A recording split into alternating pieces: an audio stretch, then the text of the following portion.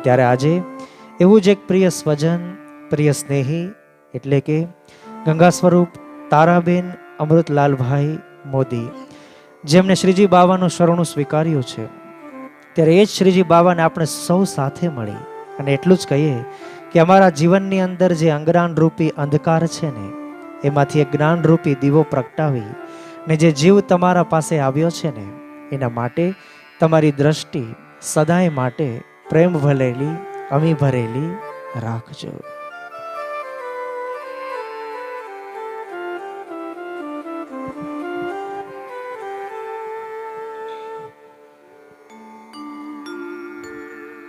ચરણ કમળ માં શીશ નમાવી વંદન કરું શ્રીનાથજી.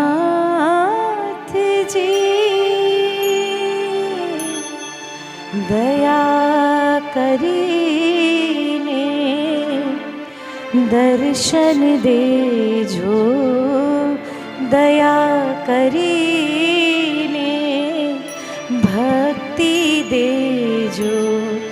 મેવાડના શ્રીનાથજી અમી ભરેલી નજરો રાખો, અમી ભરેલી નજરો રાખો. મેવાડના શ્રીનાથજી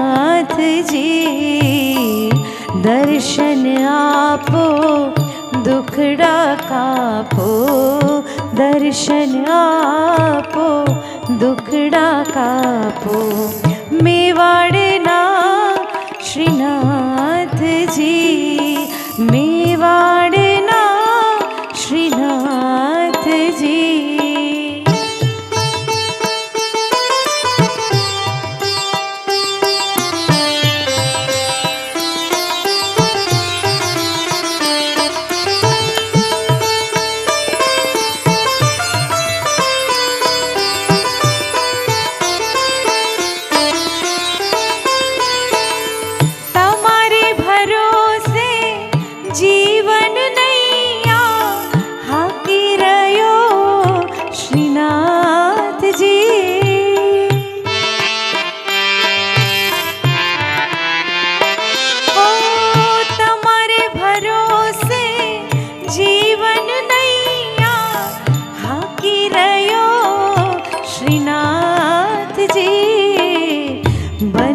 સુકાની પાર ઉતારો, બની સુકાની પાર ઉતારો.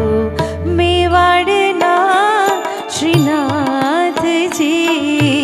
અમી ભરેલી નજરો રાખો.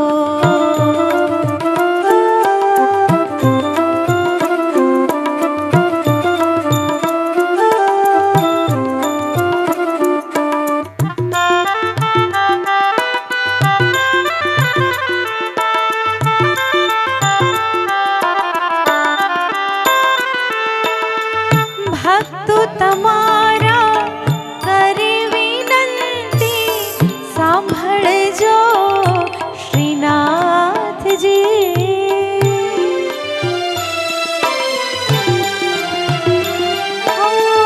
ભક્તો તમારા કરે વિનંતી સાંભળજો શ્રીનાથજી.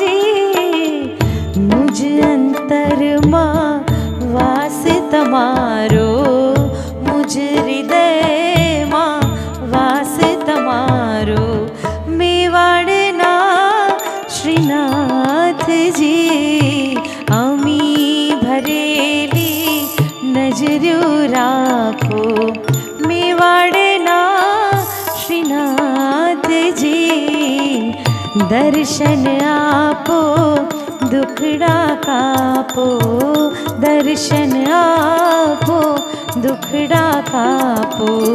મેવાડના શ્રીનાથજી, મેવાડના શ્રીનાથજી, મેવાડના શ્રીનાથજી.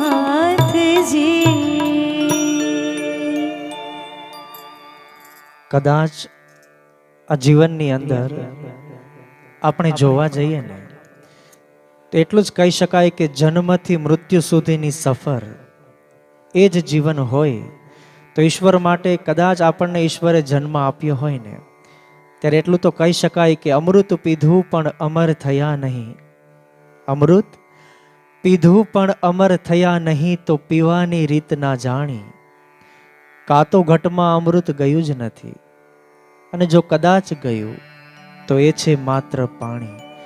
અને એટલે જ કહે છે ને કે મોત હક છે માનવીનો, મોત હક છે માનવીનો, પછી નકામો સંતાપ શા માટે?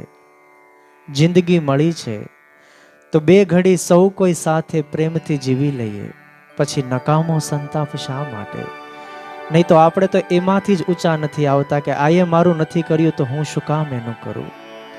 પરંતુ આપણે એ ભૂલી જઈએ છીએ કે કદાચ આપણે કોઈની સામું જો એક આંગળી ચીંધીએ ને તો આપણી સામું 3 તો અવશ્ય આવતી હોય છે.